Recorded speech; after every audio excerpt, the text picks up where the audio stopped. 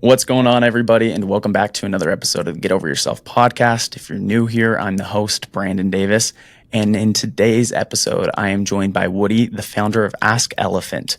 Woody is going to be jumping into today's episode to talk about their recent fundraise, and we're super excited to hear his story throughout that journey and how well AskElephant is going, and also some of the highs and lows of being an entrepreneur coming from a successful startup, Divvy, that sold to Bill, and some of his story throughout his entire journey, the highs, the lows, and everything in between. So, guys, we are super pleased once again to have Woody. With that being said, let's jump into today's episode.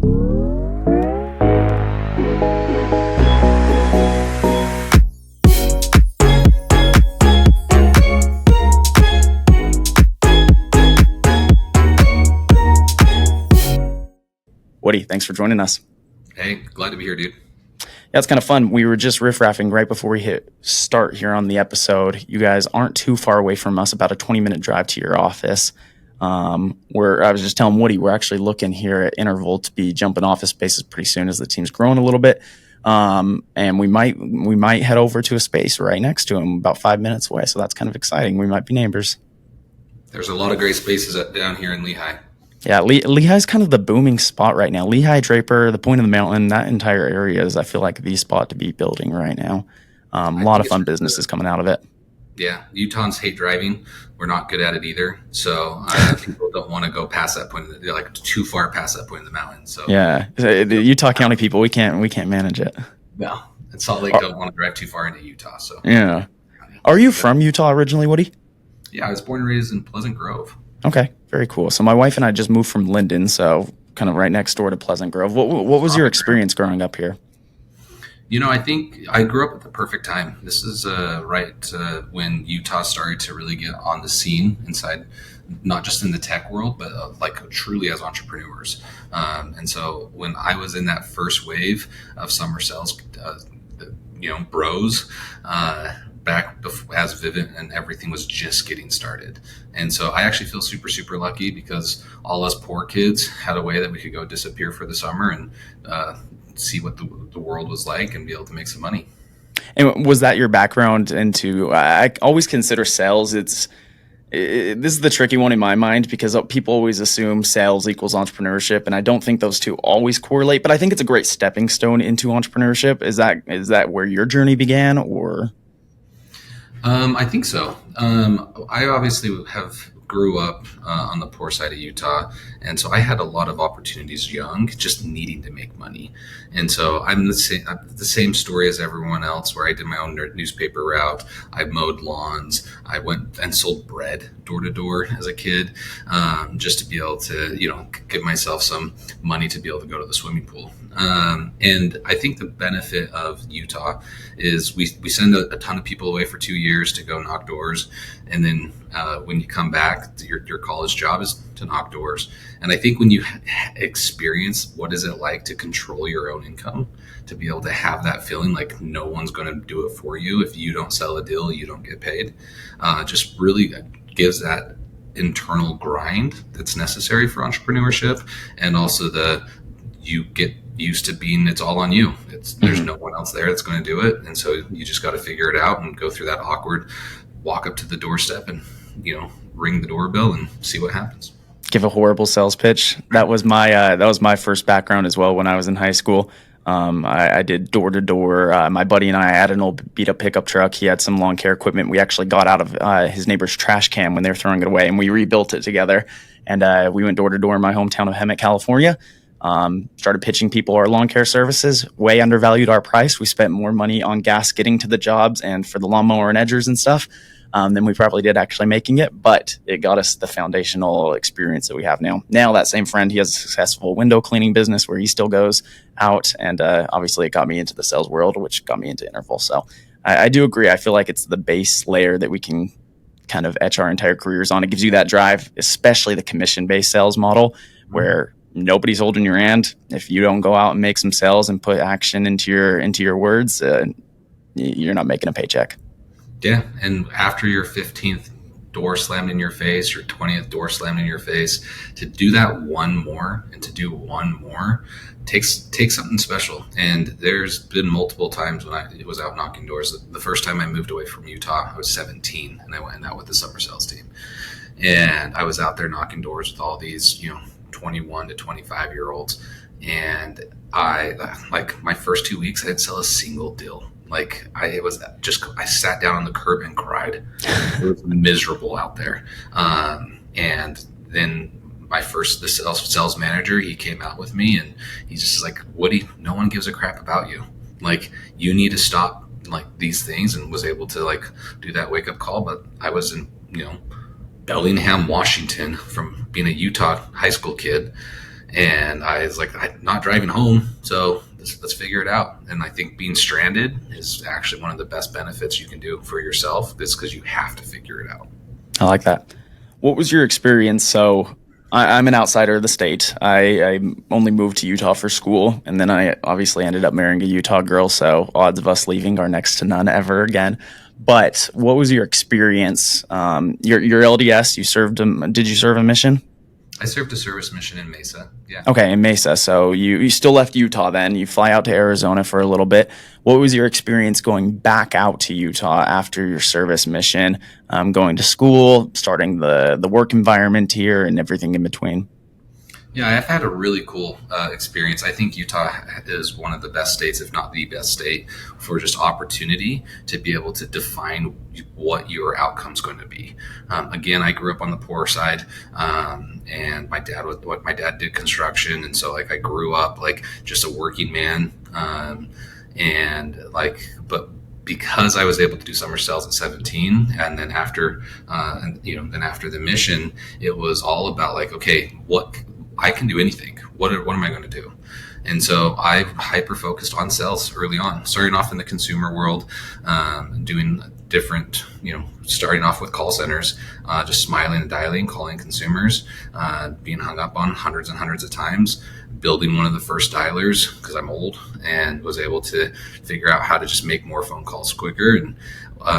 And that's really where it started. I think the big area when I think about where my career turned around was back when I was 23, when I had a mentor, and he told me, he's like, I wanted to get out of call centers and get into business. He said, whatever you do, go work here and work for this group. And that really is where I feel like my career started to take off, is when I switched away from consumer, just the quick hustle, the quick call, into working for a company that had a good process, understanding something more at scale, to be able to, that was where all of my education, I feel like, came from. And then after that, it was a great company here in Utah called Solution Reach. I went to an awesome company called Jive, was able to do a turnaround there, taking them from 18 to 85. That was my first acquisition. We sold to Log Me In, and I was the head of direct sales there. And then a close friend of mine was on the marketing team, and I was running direct sales. He went over to Divvy, and I went with him pre-Series A. So back when Divvy wasn't cool. Very early on. That is awesome. Very early on. They were just getting their Series A funding, around 100K of ARR. And it was like, but that Series A is the scale phase. Mm-hmm. And so at every stage of company, for all the entrepreneurs out here that are listening, like, the best experience you can get is once there's some product market fit, but they just need to scale. And so we went from practically zero to $385 million in less than 4 years. And then through the acquisition, we were purchased for $2.5 billion. And then we were able to stay on for a couple of years, building out their direct, combining, merging companies, which is, again, just a really, really cool, unique experience. And I don't think any of that could happen if I wasn't in Utah, the right place, the right time, learning the right skills on how to take a company to market. Yeah. When I was growing up in Southern California, you always hear the stories of Palo Alto, and that was kind of the tech hub. And obviously it still is to this day. Utah being the Silicon Slopes, I feel like it is starting to make a massive name for itself. Businesses are coming out of here. At least kind of the joke around Utah is, yes, maybe there's a few less unicorns. Divvy obviously broke that mold a little bit there, but it's profitable profitable businesses. It's businesses from day one you can start running. You have an amazing sales force here in Utah, as you already alluded to, Woody. From day one, you can get out there grinding, find product market fit very early on compared to a lot of companies, and set your sights very high and become profitable day one, which is something fairly unique in the tech atmosphere, that's for sure. Yeah, I think it is, and there's a lot of pros and cons to that Utah sales culture. Yeah, tell me your opinion on that. Yeah, I think the big thing for Utah is we know we can sell, but there's a big difference between rushing and feeling like that you're like an anxiety-driven rush. I have to do something, which is a part of the Utah culture of like, let's rush and do something. Which has led to a couple companies that might have sold out a little early. They might not have been able to, focus on the things that they should have. And so there's a big difference between rushing and urgency. Urgency is the superpower. Rushing is where you can make mistakes. So continue on that.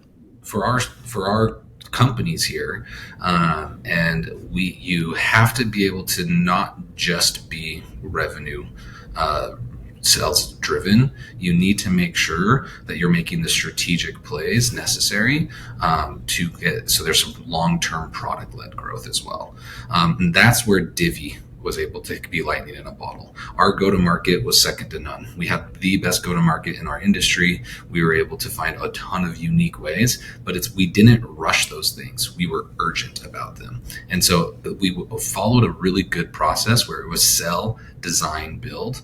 And so as we sold it, we made sure we worked closely with our product team to make sure that we got those things designed and built so then they could be able to scale. If you just sell, and then try to build, you'll build the wrong product, it will have the wrong bugs, and it won't be able to scale. And you'll hit a cap and have a profitable outcome, but not a big outcome.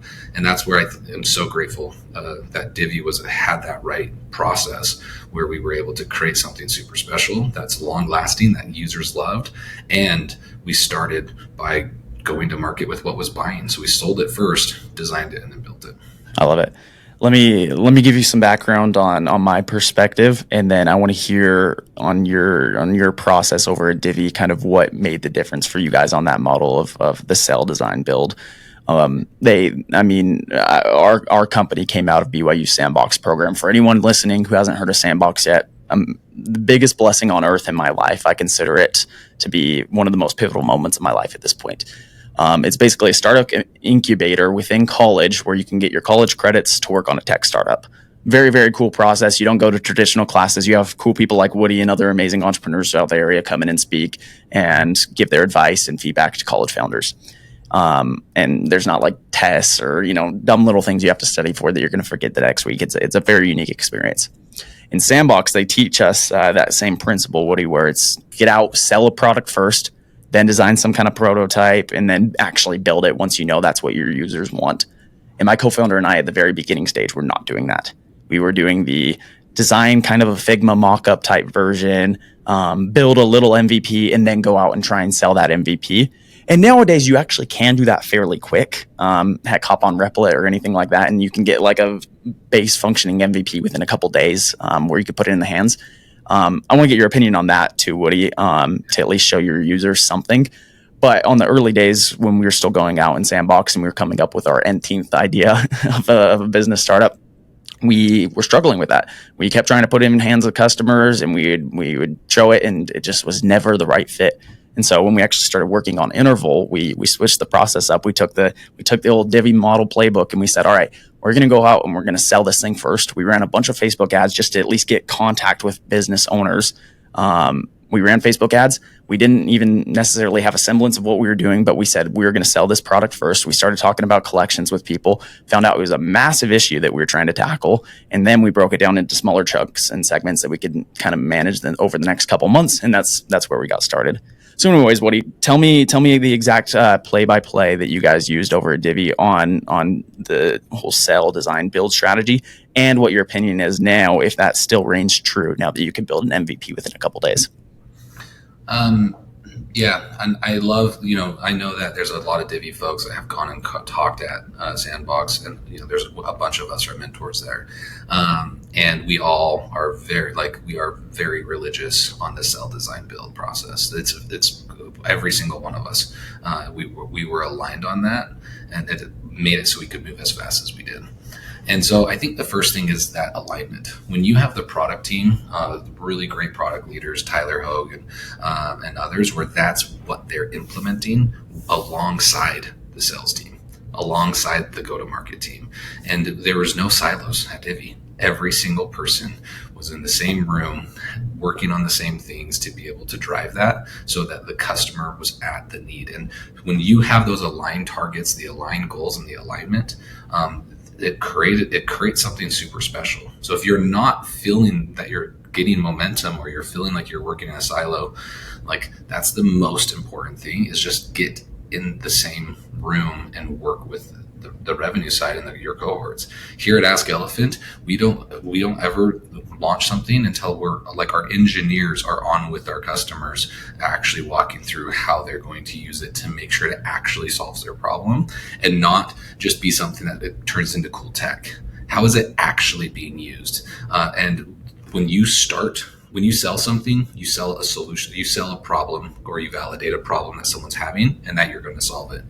From that part, after something's sold, to actually solving it, there's a million ways to solve it. And if you do not stay aligned with your customer through that process, you end up having something that kind of solves it if they do some extra things here or there, but doesn't actually solve their problem.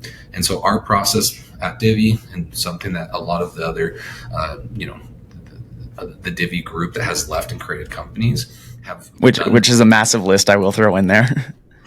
There's a lot of us that have seen something and now we want to be able to scale it. And that's what you want. You want companies that are born in Utah, that scale, that then have a good exit, but the people who exit aren't done.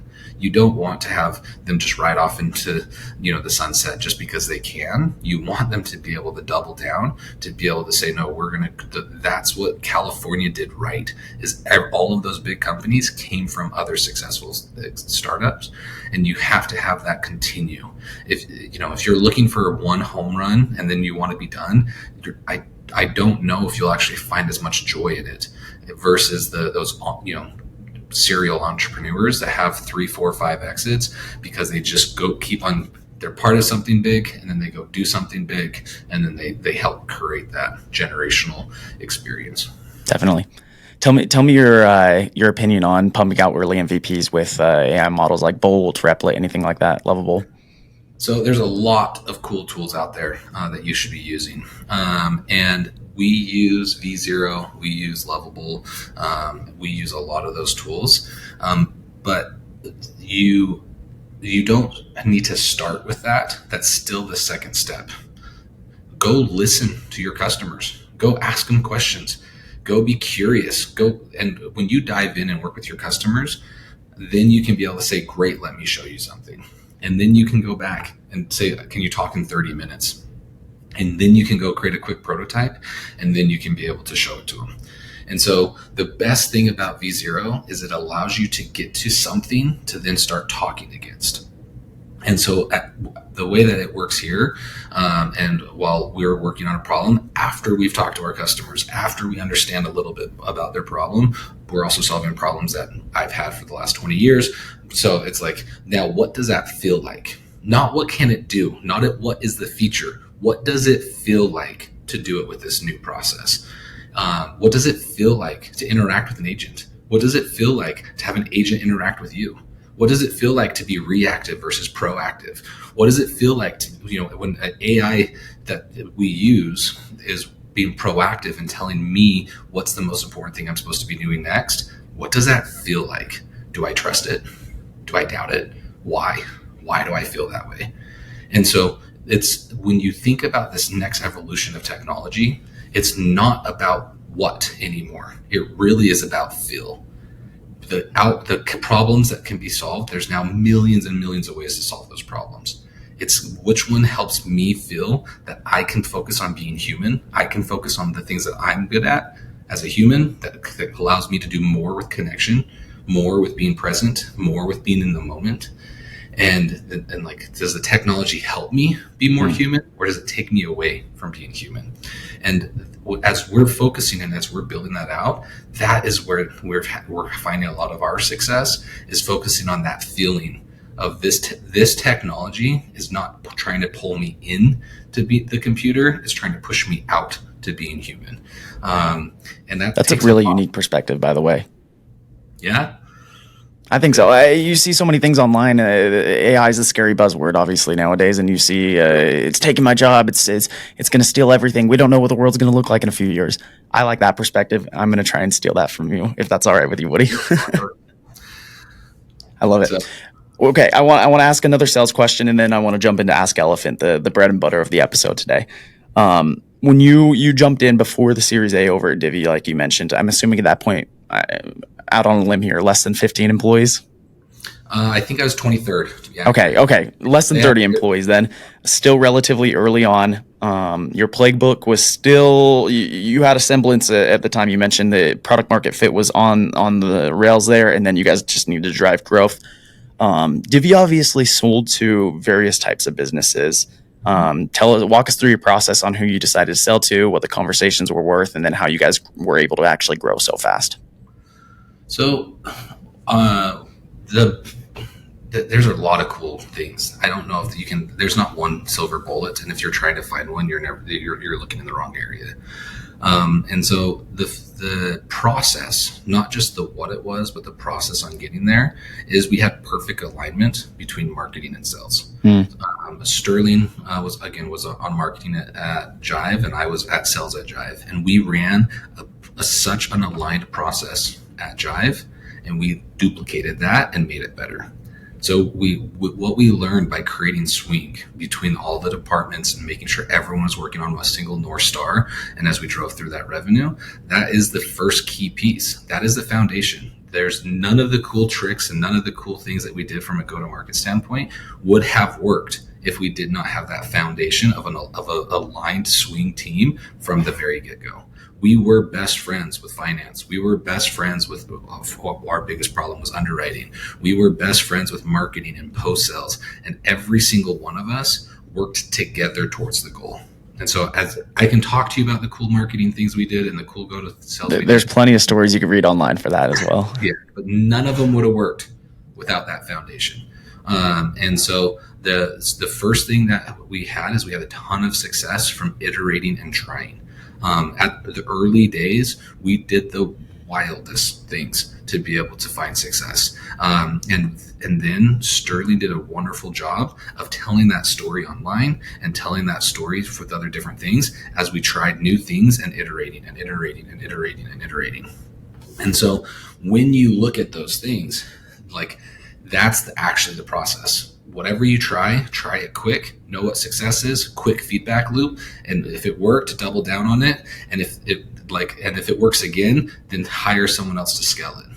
And we just did that over and over and over again. And so we did starts off with finding newsletters that weren't making money off of advertising. And so we were the first one that said, hey, can we pay you to publish this thing in your newsletter? And they're like, why? We're just trying to do this. And so we created companies out of paying them to send out newsletters, and we just found ways that we could do one-to-many through that process. And it's again, that would be a couple hour long episode if we wanted to walk through all of the things we tried and how we had to then continually pivot because we were competing against credit cards and expense management. And so because we had two competitions in a horizontal market, we had to be very purposeful in that so we didn't get distracted. I love it. Yeah. We'll save that for when you come back on in a couple months, Woody. All right. I want to dive into the meat now. Let's talk all about AskElephant. So you guys had the successful exit. You have worked in some amazing companies before, started off in the door-to-door space and grown from there. Let's talk about AskElephant. Give us a quick synopsis and what makes you tick when you started it. Why'd you want to start AskElephant? And where do you think it's going? I'm going to bring it back down to the most important piece. Those who have experienced success when it was not something that was in probably the normal cards that they were dealt. I feel very, very blessed, Hmm. extremely lucky that I was a poor kid from Pleasant Grove that had the right things happen at the right time for me to give me the right experiences so I could take advantage of them. Like I couldn't just sit back. I still worked 100 hours a week and was able to push through those things. But there's a lot of things that lined up so that could be able to happen. So I start off every day with just so much gratitude. I feel very lucky and blessed that I've had those opportunities, and now I want to share a lot of them. And so after Divvy, when you're trying to decide what to do next, yeah, I interviewed for a couple of jobs. I consulted with some amazing companies, but nothing ever felt like it could be as big or as challenging as Divvy was. And so I wanted to see like if doing my own thing was going to be the right at. And I had multiple ideas. I tried a couple of them, most of them were quick failures. Hmm. That quick iteration while we were consulting got me down into this like, what is it going to feel like to live in the future where all these AI tools are going to come out and replace humans? Where's the AI tools that's going to come in and empower them? And so knowing that I was picturing a younger me, this kid in Pleasant Grove, like not being able to afford lunch through school lunches and like what's this poor kid? How is he going to turn out? Like, is AI going to cripple him so he can't get outside his class, or is it going to empower him? And so, what does that look like and feel like? So that's honestly where the beginning passion came into. Is I want to make sure that there is a tool that's empowering humans to be human, and that will constantly be watching your back, be constantly helping you become the best you with whatever it is that you're working on. So that younger Woody doesn't get left behind. I love it. You build the product for yourself. The younger me, I really did. The younger Woody would be very, very appreciative there. That's awesome. Where, where's the name come from? Ask Elephant. So I have a fun story, and I have the business side of it. The fun story is I have three wonderful boys. Every single night we make up stories, and it's usually includes some sort of thing that has an elephant. It's just a word in our family that we constantly use. But so it was like, hey, Dad, what are you working on? I'm like, just working on the elephant. I love that. It started off as a joke. The cool thing about it is I've had like amazing people like Alex being who runs Tandem. As I was working out of his office, just trying to figure out what I was going to work on, and we were talking about business idea, some were complete crap. And when we started talking about this, it just stuck because what it is it's a tool that is watching your back that never forgets. So it allowed us to be able to say, elephants never forget. Like, let's just kind of go off of that. And I'm like, we'll change it as we need. But it took off. And now we love it. It's a little bit of an acquired taste, where it was for me at least. But now I find it endearing and I just love it. No, I like it on the marketing perspective. It's a very unique name. I mean, Interval is awesome. Don't get me wrong. I love the name of our company, but it's also just like, it's another software name. Ask Elephant. It really makes you perk your ears up and wonder, what on earth is Ask Elephant? You do a little research. I remember the first time I actually heard you guys, it was around the time when you were leaving that office space. You guys used to have the office there at Tandem with the little putting green inside of it. Is that right? Yep. Yeah. So and I remember this specifically because of your guys' name. And I saw it and I went, what on earth is this Ask Elephant thing? I was looking on LinkedIn one day and that's where I discovered you guys. So tell me real quick, who do you guys sell to? What is your core offering to them, and why should people actually buy your product? So Ask Elephant is focused on customer facing teams. So it's sales teams and CS teams. Are the ones that we're focusing on. And they buy us because they're trying to get more done with their day and have something that's watching their back. And so Ask Elephant does fully automate the annoying parts of our job, and it's proactively watching for things that you need to know to make it so that you can show up and just be ready. So it automatically preps you for all your meetings. It automatically does all your post activities, and then it gathers all of that data and then puts that data to work for you. So you get to have intervention agents that are like, hey, this deal is going south. Someone should step in. Hey, this customer might churn. You might want to step in. And then we also have agents that are watching for product. So you'll have notifications. Here's this amazing case study that was automatically created based off of this conversation that then triggered an agent to go research all of the data about that customer to then create a case study for you. And so it's really focusing on making it so that you get to just show up and do your work and then have all that data at your fingertips no matter what you're working on. But again, hyper focused on customer facing teams. The frontline revenue workers are the ones that are interacting with the customer. They are your brand. They are your heart. They are the spirit of your company. And we want to make sure that we're just empowering them to be as human as possible. I love it. I love it. And I was sitting here picturing on my own side. I'm like, yeah, I got to hop on AskElephant, guys. I'm sitting here, all my sales calls, if it could help me with the follow-ups and making sure I'm coming to the meetings as most accurately prepared as I can, help me craft like, all right, these are the reminders I have to send out to them, any of that kind of stuff. It's just amazing. Honestly, it gets some scary. So during a call, if we have the agents that are listening to, I can literally say, hey, remind Andrew to do this. And it will Slack Andrew to do that. That is awesome. So, like, you just talk, you just do your job, and it then does those things for you. And so it just creates all the action items. You're completely set. It doesn't just create it actually does them. Yeah. It does. So in our system, if I say, hey, remind me at 2:00 today to do this, it will then it will create a Slack reminder that automatically Slacks me. That is awesome. So Slack right now, email as well, or? Slack, email, all most phone systems, if not all of them. There's so many. Yeah, true. We capture all your data from your CRM, and we push all your data to your CRM, and we also record all your meetings as well. We also integrate with all note takers. We don't care where the data comes from. We just need it so we can get it to work. Awesome. What CRMs do you guys integrate with? I'm assuming the big two, HubSpot and Salesforce. Any other fun ones? Salesforce and HubSpot are the main ones. Again, that's most of the market. And then through other integration tools, we can push data to all the other ones. Awesome. So we have customers on Zoho, Dynamics, Copper is another really cool one that we work with. Awesome. That's great. So what do you guys just recently finished a fundraising round. Tell me real quick as we're coming up on the end of the episode here today. Tell us what you're excited for on that fundraise. Tell us who you raised from and what you're going to use the money for.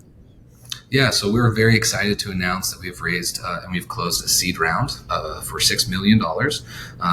And we are brought on Jump Capital and High Alpha, two amazing funds to be that. Jump Capital led the round. High Alpha was a high contributor, and then we obviously had our insiders of Tandem Ventures, SAS Ventures, Element Ventures, some amazing Utah funds, and like we were able to just recently close that. We had a great experience. It took about 2.5 weeks to get the term sheets to be able to get things going. Really, really quick alignment with those funds. That is incredible. Congratulations, man. That is so exciting, especially in a quick turnaround time like that. Yeah, obviously, when you start fundraising for all entrepreneurs, there's a process. It takes a little bit, and we were able to run a clean process and be able to get the right people on board quickly. Now, the part that we're excited about is how we get to deploy this capital. So, one is going to be in people. We are all about humans and making them more human, and we're looking for a couple more of them. So we'll be hiring on our product team, on our marketing team, on our go-to-market team, and on engineering to start to be able to continue to build and speed up some of that build for our customers and be able to kind of lead that out. A seed round is focusing on polishing product market fit, making sure you polish those messages and to be able to get ready to scale, which we're super excited about. And I'm grateful for all our customers. We have, over 130 customers already on the platform, and without them, their feedback helping us, really tailor the product correctly, we probably wouldn't be here today. So super grateful for it. It's exciting to be able to do that and put AskElephant on the map. Now, as we close out the episode, Woody, you guys are clearly killing it. You just finished this successful raise. You're growing at a very fast pace. By the way, how many team members do